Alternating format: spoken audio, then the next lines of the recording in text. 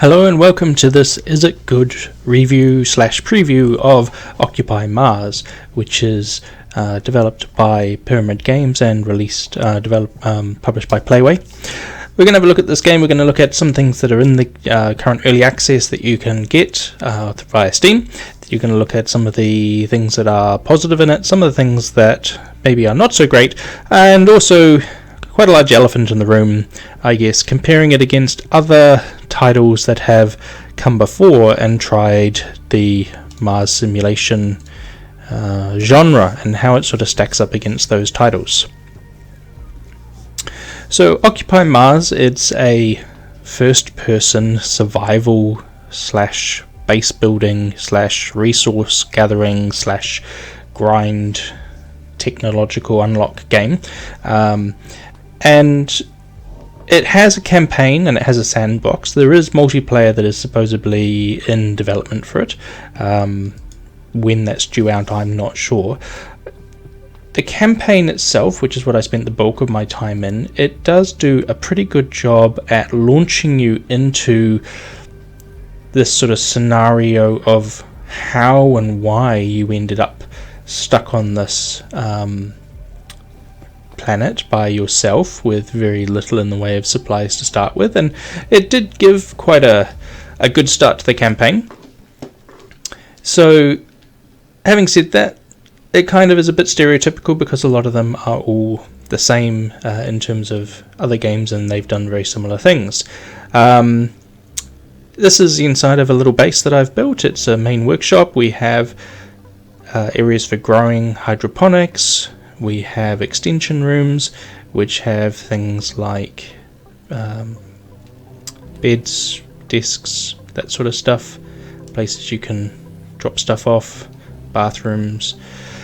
But let's take a look at the planet outside. Let's actually take a look at the part you're all interested in seeing, the actual Mars part. So here we go, out onto the Martian landscape. And one thing I do really like about it is this map, the sense of scale.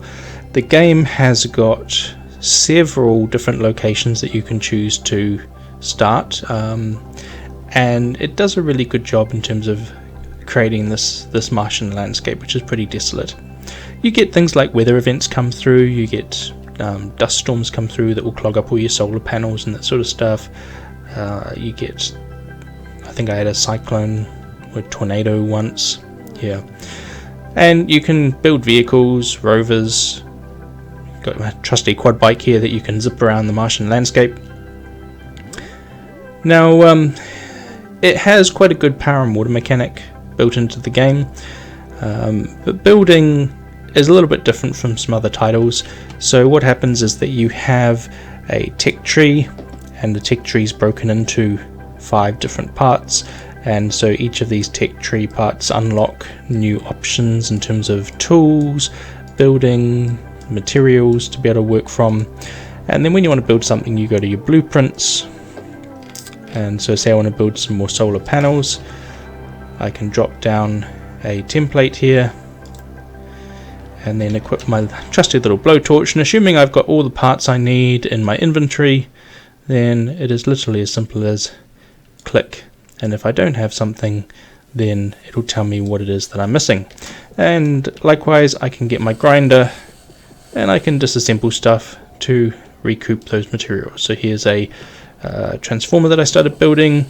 Didn't quite have the parts I needed to finish it, and now actually I've managed to do a workaround that I don't need it, so I can just retrieve those and get those parts back again. The game, when you're building parts, there's some modularity in terms of, you can see here I've added a connector onto the back of my workshop, and then I've added these capsules for my living spaces on here. But that's kind of the limit in what you can do. There are lots of abandoned bases around the map, and you can go inside those and look for resources that you can scavenge and bring them back to your base. The game does have some really interesting mechanics in it. If I pop inside the base,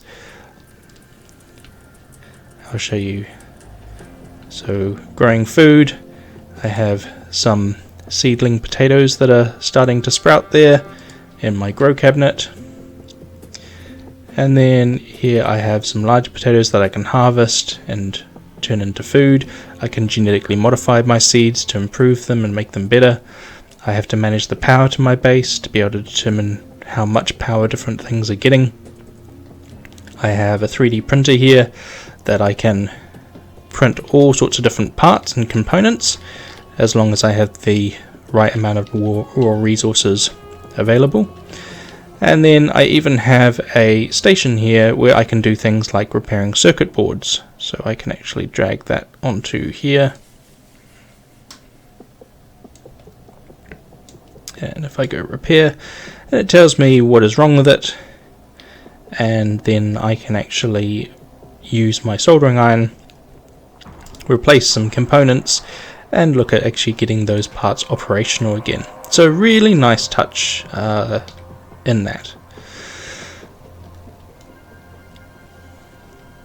The game goes through day and night cycles. The temperature varies throughout the time of day, so if you're out at night you'll notice the temperature will really start to plummet outside and you'll start to take damage. You've got an inventory where you have to manage your hydration and your hunger. You've got to manage your oxygen and things like that as well, the battery power of your suit. All of these things are in there and modelled as such for you to have to deal with. So there is a lot to like in this game, and I think they've done a pretty good job at coming up with a core experience. But there are a few things that I wasn't as happy with. And number one is, obviously this is early access, so these things could change. Number one is the campaign. It starts with a hiss and a roar in that it guides you, you land on Mars, and I don't want to give you spoilers as such, but something does happen that means that you end up in the middle of nowhere with the survival pod, having to basically build the bare essentials to get yourself able to survive. But beyond that, once you start actually designing and making things, then the story seems to be non-existent at that point. So it'd be good to see something happen further on in the game to build on that and continue to develop that story. The other one is the base building. It is a little limited in how it is quite modular. There's sort of a right way to do things and not really many other options in terms of what it offers. So again, part of that could all be part of early access and could be things that are developed. But the game world does feel quite desolate, not in the sense that Mars is a desert, I get that, but you've got all these ruined outposts around the place and yet no other survivors, no other colonies that you can encounter. It's just you on your own, exploring the wilderness, exploring these derelict bases, finding valuable resources that you need, things like circuit boards that you can't produce yourself, that you've got to basically scavenge from other bases and bring them back, and sort of racing against the cold of nighttime, racing against things like, you know, needing to keep your oxygen and your food and your water topped up, and your shelter needs, until you get to the end of the tech tree where you can actually get the full-size rover that you saw on the menu screen, where you can actually sleep in that and actually look after some of your needs and travel at the same time.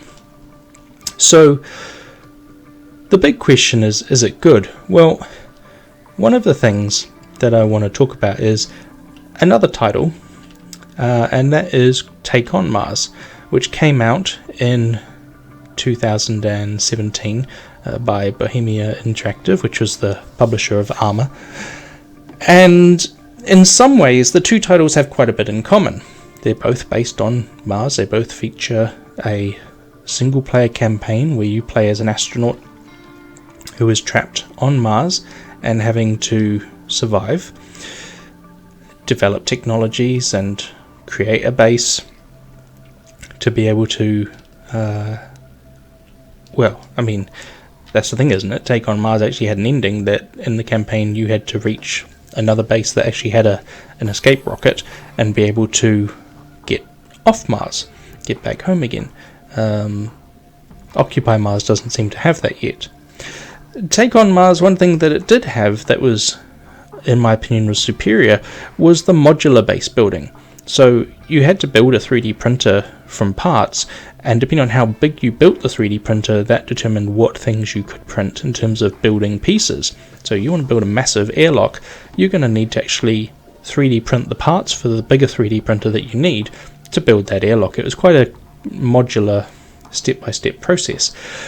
What it meant though is that because you were building your buildings piece by piece, wall by wall, window by window, it gave you a real sense of ownership of your base, of what you built, that it was something unique and something that was yours specifically.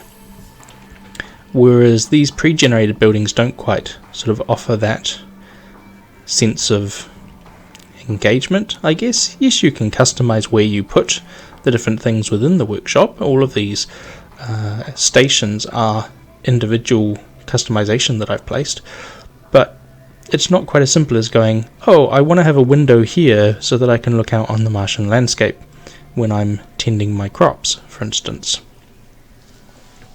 So, is it good? Well, in summary, if you are someone who enjoys space and you enjoy challenges of going out and having to mine for materials, and let's be honest, because there is quite a bit of that in the game, you've got your trusty handy dandy drill and that sort of stuff to break down rocks and get the resources, and you will be spending a lot of time doing that. But if that's not really something that appeals, if you want something that's a bit more around the actual crafting of a base, then you might find the game a little bit frustrating at this point. Is it something that might change in the future? Yeah, it certainly could. If you're someone who enjoys that survival game challenge of balancing your food and your water and your resources and gradually working your way towards sufficiency, then you might really enjoy this challenge. Having said that, if you're that passionate about Mars and space exploration and that side of things, have you played Take on Mars already? And if so, there's not probably a lot here that doesn't scratch that itch that you probably have already experienced in some way. The Occupy Mars doesn't quite seem to bring much new yet to the game, to the ballpark, that you haven't already sort of experienced. Does that make sense? I don't know whether I'm making sense or going around in circles here. So yeah, I enjoyed playing it. I enjoyed my time playing Occupy Mars, and I'm looking forward to seeing what they do with it next. I really hope that they will be able to do more to deviate away from the sort of grind of, okay, you've got your base, you've set up your resources, you've got food, but now what? And so I guess what I'm really excited for is if multiplayer does come out, what they're going to do with that, how that's going to be able to shake up the game, how you're going to be able to collaborate with other people. So one thing I do like is this destructible mining. It's quite cool, being able to actually just jackhammer the ore here, and then you can just pick up the pieces. So yeah, side note, that is pretty cool. And the things like connecting up your power and that sort of stuff, that's really cool as well. But again, Occupy Mars does it, but Take on Mars did it too, and very similarly. So yeah, it's a bit of a tough one there. This game has certainly got potential, it's got room to grow. I hope that it will have a good development support, and that they'll be able to flesh it out into something greater and unique than it is now. And if it's the sort of thing that you enjoy playing, then yeah, you'll probably find a lot to like here. If it's not quite your cup of tea, if you're not really into this whole space survival thing, if you're not into sort of the base building and the managing different resource levels and that sort of stuff, then yeah, you might want to hang on this one and see how it develops in the future. What do you think? Have you played Occupy Mars? Have you played Take on Mars back in the day? Do you like what you're seeing here, and is it enough to inspire you to go back to Mars again? Let me know your thoughts in the comments below. Remember to hit that like and subscribe, and as always, thanks for watching.